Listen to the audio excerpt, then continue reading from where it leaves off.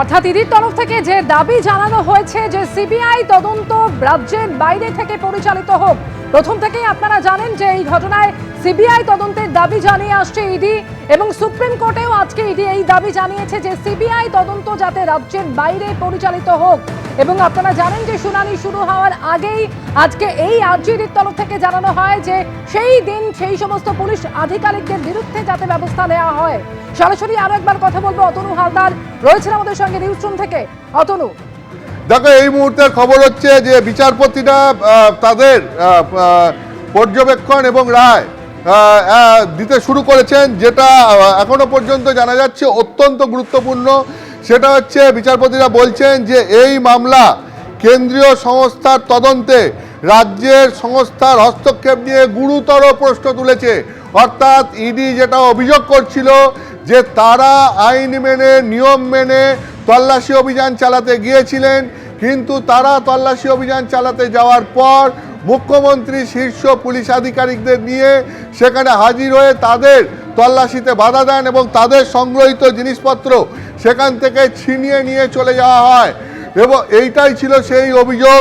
তো সেই ইডির অভিযোগের পরিপ্রেক্ষিতে আজকে ইডির অফিসাররা সওয়াল করেন এবং তাতে বিচারপতিরা যেটা জানাচ্ছেন যে এই মামলা কেন্দ্রীয় সংস্থার তদন্তে অর্থাৎ ইডির তদন্তে রাজ্যের সংস্থার হস্তক্ষেপ অর্থাৎ পুলিশের হস্তক্ষেপ নিয়ে গুরুতর প্রশ্ন তুলে দিয়েছে।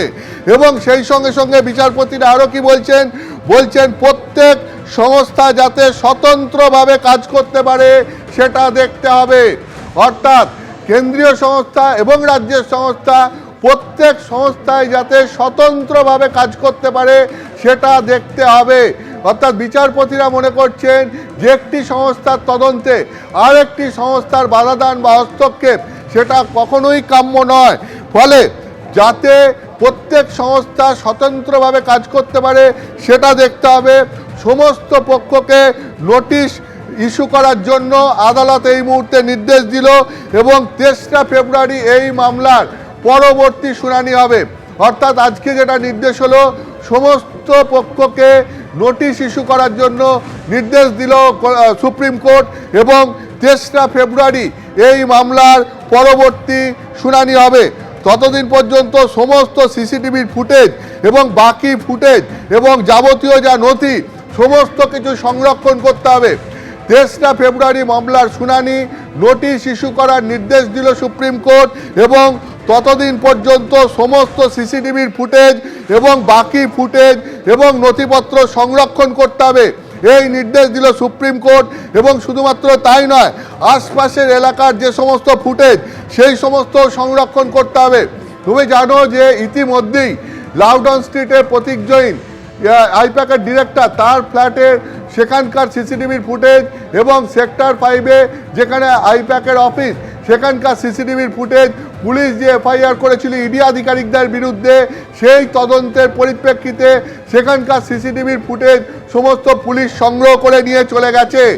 এক্ষেত্রে সুপ্রিম কোর্টের স্পষ্ট বক্তব্য হচ্ছে সমস্ত সিসিটিভির ফুটেজ এবং বাকি যা ফুটেজ আছে এবং নথিপত্র অর্থাৎ যে সমস্ত নথিপত্র এখানে ছিল সমস্ত কিছু সংরক্ষণ করতে হবে।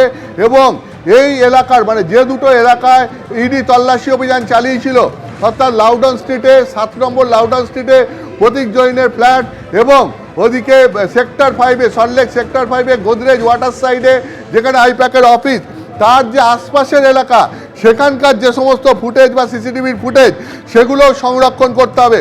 আমি বলছি এই মুহূর্তে সুপ্রিম কোর্ট তাদের পর্যবেক্ষণ এবং রায় দিতে শুরু করেছে।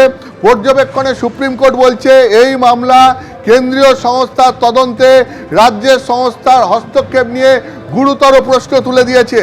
প্রত্যেক সংস্থা যাতে স্বতন্ত্রভাবে কাজ করতে পারে সেটা দেখতে হবে এবং সেই সঙ্গে সঙ্গে সমস্ত পক্ষকে এই মামলায় সমস্ত পক্ষকে নোটিশ ইস্যু করা হচ্ছে।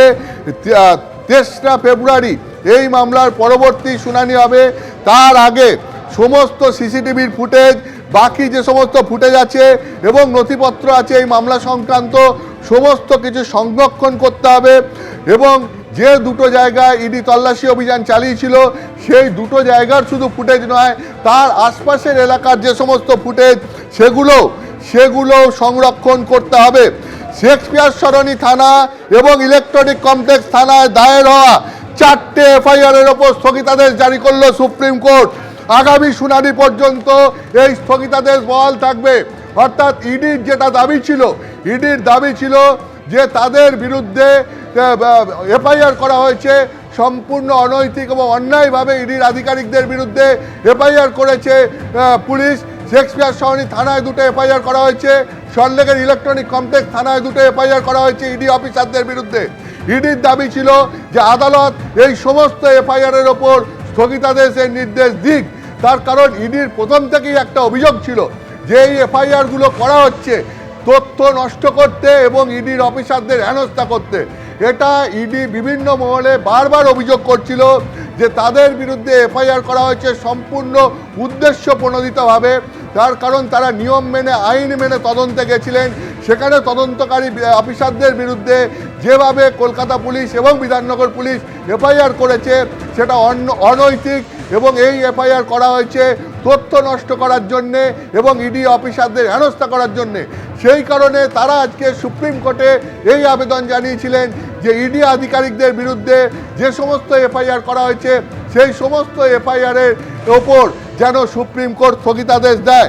সুপ্রিম কোর্ট সেই আবেদন মোতাবেক শেক্সপিয়ার সরণি থানা এবং সল্টলেকের ইলেকট্রনিক কমপ্লেক্স থানায় দায়ের হওয়া মোট 4টে এফআইআরের ওপর স্থগিতাদেশ জারি করলো। আগামী শুনানি অর্থাৎ 3রা ফেব্রুয়ারি অবধি এই স্থগিতাদেশ জারি থাকবে। অর্থাৎ এই 3রা ফেব্রুয়ারি অবধি এই পুলিশের করা এফআইআরে আর কোনো তদন্ত হবে না। এবং তার সঙ্গে সঙ্গে বিচারপতি বলেছেন যদি উপযুক্ত অনুমতি এবং নথি নিয়ে কেউ তদন্ত করতে চায় তাহলে প্রাথমিকভাবে তাদের উদ্দেশ্য নিয়ে প্রশ্ন তোলার জায়গা থাকে না। অর্থাৎ বিচারপতি এটাও বলছেন যে যদি উপযুক্ত অনুমতি এবং নথি নিয়ে কেউ তদন্ত করতে যায় তাহলে প্রাথমিকভাবে তাদের উদ্দেশ্য নিয়ে প্রশ্ন তোলার জায়গা থাকে না। ইডির বিরুদ্ধে বারবার তৃণমূল কংগ্রেসের তরফ থেকে এই অভিযোগ করা হচ্ছিল একদম শুরু থেকে যে রাজনৈতিক উদ্দেশ্য প্রণোদিতভাবে এই তল্লাশি অভিযান ইডি 2026-এর বিধানসভা নির্বাচনের আগে চালাচ্ছে।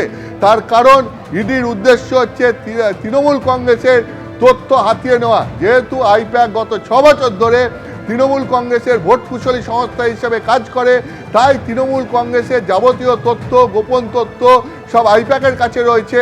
সেই কারণে আইপ্যাকের ডিরেক্টর প্রতীক জৈন এবং আইপ্যাকের অফিসে তল্লাশি চালিয়ে ইডি রাজনৈতিক উদ্দেশ্য প্রণোদিতভাবে সেই সমস্ত তথ্য সংগ্রহের কাজ করছে এই তল্লাশি অভিযান চালানোর নামে। তো সেক্ষেত্রে ইডির তরফ থেকে বারবার এই দাবি করা হয়েছিল যে তাদের কোনো রাজনৈতিক উদ্দেশ্য নেই, তারা কোনো রাজনৈতিক দলের অফিসে বা রাজনৈতিক ব্যক্তির বাড়িতেও এই তল্লাশি অভিযান চালাতে যাননি। কয়লা পাচার সংক্রান্ত যে সমস্ত তথ্য রয়েছে, যেভাবে কয়লা পাচার কাণ্ডের টাকা হাওলার মাধ্যমে পাচার হয়েছে সেই সূত্র ধরে তারা এই তল্লাশি অভিযান এবং তদন্ত চালাচ্ছেন। ফলে রাজনীতির সাথে তাদের এই তদন্তের কোনো সম্পর্ক নেই। সেক্ষেত্রে সুপ্রিম কোর্টের বিচারপতিরা তাদের পর্যবেক্ষণে যেটা জানালেন যে যদি উপযুক্ত অনুমতি এবং নথি নিয়ে কেউ তদন্ত করতে যায় তাহলে প্রাথমিকভাবে তাদের উদ্দেশ্য নিয়ে প্রশ্ন তোলার জায়গা থাকে না।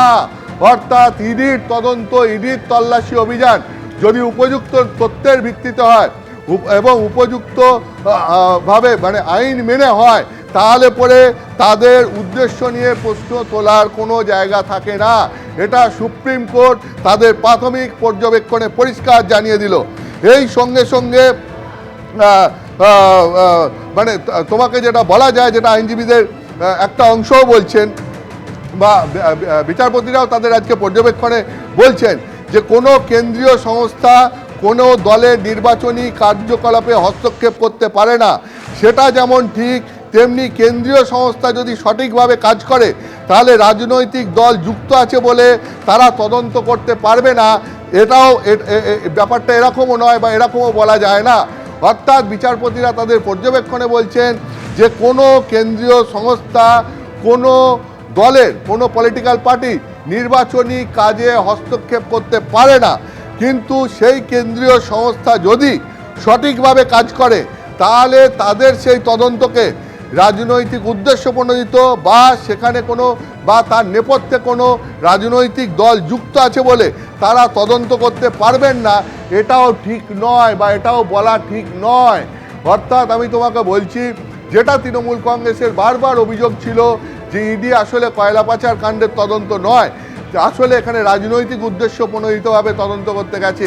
কারণ তৃণমূল কংগ্রেসের তরফ থেকে এই দাবি করা হচ্ছিল। আজকে তৃণমূল কংগ্রেসের চেয়ারপারসন মমতা বন্দ্যোপাধ্যায়ের হয়ে আইনজীবী কপিল সিব্বাল সুপ্রিম কোর্টে এই দাবিও করেছিলেন যে 2020 সালের মামলা, সেখানে 2024 সাল 2025 সালে ইডি কিছু করেনি এবং সেখানে হঠাৎ করে তারপর 2026 সালে এসে ইডি তল্লাশি অভিযান শুরু করলো। ফলে ইডির এই তল্লাশি অভিযান নিয়ে তৃণমূল কংগ্রেসের একদম প্রথম দিন অর্থাৎ 8ই জানুয়ারি থেকে অভিযোগ ছিল। স্বয়ং মুখ্যমন্ত্রী মমতা বন্দ্যোপাধ্যায় অভিযোগ করেছেন যে রাজনৈতিক উদ্দেশ্য প্রণোদিতভাবে এই তদন্ত চলছে এবং রাজনৈতিক তথ্য অর্থাৎ তৃণমূল কংগ্রেসের দলের রাজনৈতিক তথ্য, গোপন তথ্য এই সমস্ত হাতিয়ে নেওয়ার জন্য এই তদন্ত ইডি চালাচ্ছে। এবং শুধু তাই নয়, ইডির এই তল্লাশি অভিযানের পেছনে আসলে তদন্ত না, আসলে ভোটের আগে রাজনৈতিক তথ্য হাতিয়ে নেওয়া, এটাই উদ্দেশ্য। এই অভিযোগ তৃণমূল কংগ্রেসের তরফ থেকে বারবার করা হচ্ছিল, যেটা ইডির তরফ থেকে বারবার বলা হচ্ছিল যে তারা শুধুই মাত্র কয়লা পাচার কাণ্ডের টাকার কোথায় গেছে, হাওলার মাধ্যমে কোথায় গেছে, সেই সূত্র ধরে তারা এই তল্লাশি অভিযান চালাচ্ছেন, এই তদন্ত করছেন। এই নিয়ে আদালতেও সওয়াল জবাব হয়, আজকেও সুপ্রিম কোর্টে এই নিয়ে সওয়াল জবাব হয়। সেখানে সুপ্রিম কোর্টের নির্দেশ বা পর্যবেক্ষণ হচ্ছে যে যদি উপযুক্ত অনুমতি নিয়ে এবং নথি নিয়ে কোনো কেন্দ্রীয় সংস্থা তদন্ত করতে যায় বা কেউ তদন্ত করতে যায়, তাহলে প্রাথমিকভাবে তাদের উদ্দেশ্য নিয়ে প্রশ্ন তোলা যায় না। দ্বিতীয়ত হচ্ছে কোনো কেন্দ্রীয় সংস্থা কোনো দলের নির্বাচনী কাজে হস্তক্ষেপ করতে পারে না। কিন্তু যদি মানে এটা যেমন ঠিক, কিন্তু তেমন যদি কোনো কেন্দ্রীয় সংস্থা সঠিকভাবে কাজ করে তাহলে পরে সেই সংস্থার নেপথ্যে কোনো রাজনৈতিক দল যুক্ত আছে বলে তারা তদন্ত করতে পারবে না, এটাও বলা যায় না। মানে বিষয়টা হচ্ছে যে এটা ঠিক যে কেন্দ্রীয় সংস্থা কোনো রাজনৈতিক দলের নির্বাচনী কাজে হস্তক্ষেপ করতে পারে না, কিন্তু সেই কেন্দ্রীয় সংস্থার নেপথ্যে কোনো রাজনৈতিক দল আছে বা রাজনৈতিক উদ্দেশ্য প্রণোদিতভাবে ওই কেন্দ্রীয় সংস্থা কাজ করছে, এইটাও কিন্তু যদি সেই কেন্দ্রীয় সংস্থা সঠিকভাবে তদন্ত করে তাহলে এটাও বলা যায় না। আজকে সুপ্রিম কোর্ট তাদের পর্যবেক্ষণে এটা পরিষ্কার জানিয়ে দিচ্ছে। মূলত আজকে সুপ্রিম কোর্টের যেটা অর্ডার এবং পর্যবেক্ষণ সেটা হচ্ছে যে এই মামলায় কেন্দ্রীয় সংস্থার তদন্তে রাজ্যের সংস্থার হস্তক্ষেপ দিয়ে গুরুতর প্রশ্ন তুলে দিচ্ছে। প্রত্যেক সংস্থা যাতে স্বতন্ত্রভাবে কাজ করতে পারে সেটা নিশ্চিত করতে হবে। এবং 3রা ফেব্রুয়ারি এই মামলার পরবর্তী শুনানির দিন ধার্য হয়েছে। তার আগে সমস্ত এই মামলার সঙ্গে যুক্ত পার্টিকে নোটিশ সার্ভ করতে হবে এবং 3রা ফেব্রুয়ারি এই মামলার পরবর্তী শুনানি হবে। ততদিন পর্যন্ত সমস্ত সিসিটিভির ফুটেজ এবং যাবতীয় যা ফুটেজ এবং নথিপত্র আছে সেগুলো সংরক্ষণ করতে হবে। আশপাশের এলাকার অর্থাৎ যেখানে তল্লাশি অভিযান হয়েছে লাউডন স্ট্রিট এবং সেক্টর 5 তাদের আশপাশের এলাকার যে সমস্ত সিসিটিভির ফুটেজ সেগুলোও সংরক্ষণ করতে হবে। শেক্সপিয়ার সরণি এবং আরও গুরুত্বপূর্ণ হচ্ছে শেক্সপিয়ার সরণি এবং ইলেকট্রনিক কমপ্লেক্স থানায় যে ইডি আধিকারিকদের বিরুদ্ধে 4টে এফআইআর দায়ের হয়েছে তার ওপরও স্থগিতাদেশ জারি করা হলো। আগামী শুনানি না হওয়া পর্যন্ত এই স্থগিতাদেশ বহাল থাকবে, অর্থাৎ ইডি অফিসারদের বিরুদ্ধে আপাতত পুলিশ কোনো তদন্ত করতে পারবে না। এবং সেই সঙ্গে সঙ্গে বিচারপতিরা বলছেন যে যদি উপযুক্ত অনুমতি এবং নথি নিয়ে কোনো কেন্দ্রীয় সংস্থা বা কেউ তদন্ত করতে যায় তাহলে প্রাথমিকভাবে তাদের উদ্দেশ্য নিয়ে প্রশ্ন তোলার জায়গা থাকে না। কোনো কেন্দ্রীয় সংস্থা যেমন কোনো দলের নির্বাচনী কাজে হস্তক্ষেপ করতে পারে না, ঠিক তেমনভাবেই কোনো কেন্দ্রীয় সংস্থা যদি সঠিকভাবে কাজ করে তাহলে তারা রাজনৈতিক দলের হয়ে কাজ করছে বা রাজনৈতিক উদ্দেশ্য প্রণোদিতভাবে কাজ করছে, এটাও বলার জায়গা থাকে না। অর্থাৎ যেটা সুপ্রিম কোর্ট আজকে তাদের প্রাথমিক পর্যবেক্ষণে জানিয়ে দিল যে এই মামলায় যে ইডি তদন্ত করছে সেই তদন্তে প্রথম কথা হচ্ছে যে ইডি অফিসারদের যেটা দাবি ছিল সেটা মান্যতা পেল। ইডি অফিসাররা বারবার বলেছেন যে তারা রাজনৈতিক উদ্দেশ্যে এই তদন্ত করছেন না, বরং তাদের তদন্তে রাজ্যের পুলিশ এবং রাজ্যের স্বয়ং মুখ্যমন্ত্রী তিনি হস্তক্ষেপ করছেন, বাধা দিচ্ছেন। তো সেটা খানিকটা আজকে সুপ্রিম কোর্টের এই পর্যবেক্ষণ তাতে মান্যতা পেল বলা যায়। একই সঙ্গে ইডির দাবি ছিল যে ইডির অফিসারদের হেনস্থা করার জন্য এবং তথ্য নষ্ট করার জন্য পুলিশ চারটি এফআইআর দায়ের করে ইডি আধিকারিকদের বিরুদ্ধে তদন্ত করছে, সেই এফআইআরগুলোর ওপর যেন আদালত স্থগিতাদেশ দেয়।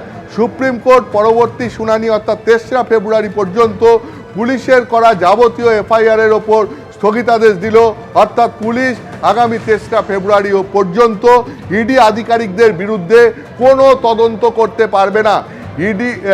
ইডির বিরুদ্ধে কোনো তদন্ত আপাতত পুলিশ করতে পারবে না। 3রা ফেব্রুয়ারি আবার পরবর্তী শুনানির দিন ধার্য হবে যে পরবর্তীকালে কি হবে। ইতিমধ্যেই পুলিশ, তুমি জানো যে দুটো জায়গায় ইডি রেড করেছিল অর্থাৎ লাউডন স্ট্রিট এবং সেক্টর 5-এ আইপ্যাকের অফিস, এই দুটো জায়গা থেকে সিসিটিভির ফুটেজ বাজেয়াপ্ত করে নিয়ে গেছে, সেখানকার অনেকের স্টেটমেন্ট রেকর্ড করেছে। ফলে এই মামলায় পুলিশ আর কোনো পদক্ষেপ করতে পারবে না এবং একই সঙ্গে এই যাবতীয় সিসিটিভির ফুটেজ, আশপাশের এলাকার সিসিটিভির ফুটেজ, যে সমস্ত নথিপত্র সেখানে ছিল সেই সমস্ত নথিপত্র সমস্ত কিছু সংরক্ষণ করতে হবে এবং তারপর সমস্ত পক্ষের বক্তব্য ফের শোনার পর সুপ্রিম কোর্ট এই ব্যাপারে তাদের চূড়ান্ত রায়দান করবে। কিন্তু সুপ্রিম কোর্ট আজকে তাদের প্রাথমিক পর্যবেক্ষণে এটা বুঝিয়ে দিয়েছে যে কোনো কেন্দ্রীয় সংস্থার তদন্তে যেমন রাজ্যের সংস্থা হস্তক্ষেপ করতে পারে না, রাজ্যের সংস্থার তদন্ত কেন্দ্রীয় সংস্থা হস্তক্ষেপ করতে পারে না, অর্থাৎ একটা সংস্থার তদন্তে আর একটা সংস্থা হস্তক্ষেপ করতে পারে না। এটা আজকে সুপ্রিম কোর্ট তার প্রাথমিক পর্যবেক্ষণে বুঝিয়ে দিয়েছে। তার কারণ এখানে অভিযোগ হচ্ছে যে ইডির তদন্তে স্বয়ং মুখ্যমন্ত্রী পুলিশ নিয়ে গিয়ে, পুলিশের শীর্ষ আধিকারিকদের নিয়ে গিয়ে তাদের তদন্তে বাধা দিয়েছেন এবং হস্তক্ষেপ করেছেন এবং তল্লাশি চলাকালীন তাদের সংগ্রহ করা জিনিসপত্র তা পুলিশ নিয়ে মুখ্যমন্ত্রী সেগুলো ছিনিয়ে নিয়ে গেছেন এবং তারপরে ইডির তরফ থেকে সেই তল্লাশি অভিযান বন্ধ করে দেওয়া হয় এবং সেখান থেকে কোনো কিছুই বাজেয়াপ্ত করা হয়নি। তো এই মামলার পরবর্তী শুনানির দিন ধার্য হলো 3রা ফেব্রুয়ারি। 3রা ফেব্রুয়ারি বোঝা যাবে যে এই মামলার পরবর্তী কী পদক্ষেপ সুপ্রিম কোর্ট সব পক্ষের বক্তব্য শোনার পর নিতে চলেছে। একদমই অতনু, তুমি আমাদের সঙ্গে থাকো। এবিপি আনন্দ এগিয়ে থাকে, এগিয়ে রাখে।